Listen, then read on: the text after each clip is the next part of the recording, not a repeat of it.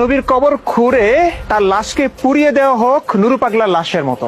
আমি শুধু বলছি তার কবর খুঁড়ে দেখা হোক তিনি জীবিত আছেন না নেই। যদি জীবিত থাকেন ভালো কথা, আসসালামু আলাইকুম নবী, সালাম দিয়ে চলে আসবো, পুরো পৃথিবীকে দেখিয়ে দিব হ্যাঁ আমাদের নবীজি সত্য বলেছিলেন, তিনি সত্য নবী, ভণ্ড না।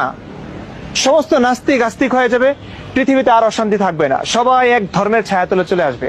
আর যদি দেখা যায় মরে গলে পচে লাশের অস্তিত্ব খুঁজে পাওয়া যাচ্ছে না, তাহলে তো স্পষ্ট হয়ে যাবে যে 1450 বছর আগে আমাদের প্রিয় নবীজি হযরত মুহাম্মদ সাল্লাল্লাহু আলাইহি সাল্লাম মিথ্যে বলেছিলেন, তার কথা মিথ্যে প্রমাণিত হবে, তিনি ভণ্ড প্রমাণিত হবেন আমাদের এই নুরু পাগলার মতো। ওই সাত আসমান সাত জমিনের মধ্যে তোমার মতো বেআকাল মূর্খ বদবাখত জাহেলে মুরাক্কাব আর হয়তোবা একটাও নাই, ঠিক কিনা?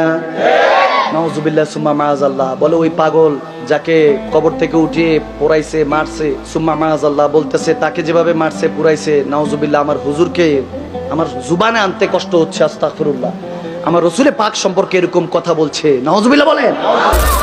বলেন আমাকে রুহের জগতে জিন্দা না মুর্দা? আরো জোরে।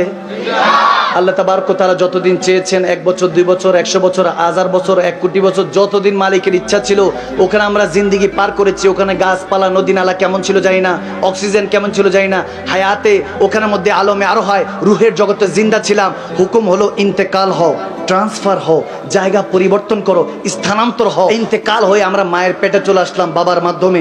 যখন মায়ের পেটে এসেছিলাম বলেন তো বান্দা জিন্দা না মুর্দা? 1 মাস 2 মাস 8 মাস 9 মাস 10 দিন 10 মাস 10 দিন যতদিন আল্লাহর হুকুম ছিল মায়ের পেটে আমরা জিন্দা না মুর্দা? হুকুম হলো ইন্তেকাল হও, ট্রান্সফার হও, জায়গা পরিবর্তন করো। রব্বানা আতিনা ফিদ দুনিয়া, দুনিয়াতে চলে আসলাম। এখন দুনিয়া এবং আখিরাতকে হাসানা সুন্দর করতে হবে। 1 বছর 2 বছর 60 বছর 100 500, হযরত আদম সফিউল্লাহ 1000 বছর, সুলাইমান আলাইহিস সালাম 1600 বছর হায়াত পেয়েছেন। অনেক নবী রাসূলরা অনেক বছর হায়াত পেয়েছেন। বলুন বান্দা, এরপর কুল্লু নাফসিন যায়কাতুল মউত, ইন্তেকাল হয়ে আবার ট্রান্সফার হয়ে জায়গা পরিবর্তন হয়ে কবরে যাব, জিন্দা না মুর্দা? আওয়াজ দেন, জিন্দা না মুর্দা? জিন্দা। এরপরে ওখান থেকে যতদিন পর্যন্ত সিংহায় ফুট না দিচ্ছেন ঈসা আলাইহিস সালাম, কবরের মধ্যে থাকবো। নবী চিনলে নেয়ামত, না চিনলে কিয়ামত। আওয়াজ দেন, বাইত গিয়ে দিয়ে আওয়াজ দিচ্ছেন না? আরো জোরে বলেন, ঠিক কিনা বলেন? এবার বলেন তো যতদিন আল্লাহর হুকুম হবে কবর থেকে যখন ইন্তেকাল হয়ে ট্রান্সফার হয়ে হাসর উঠবো, বান্দাগুলি জিন্দা না মুর্দা?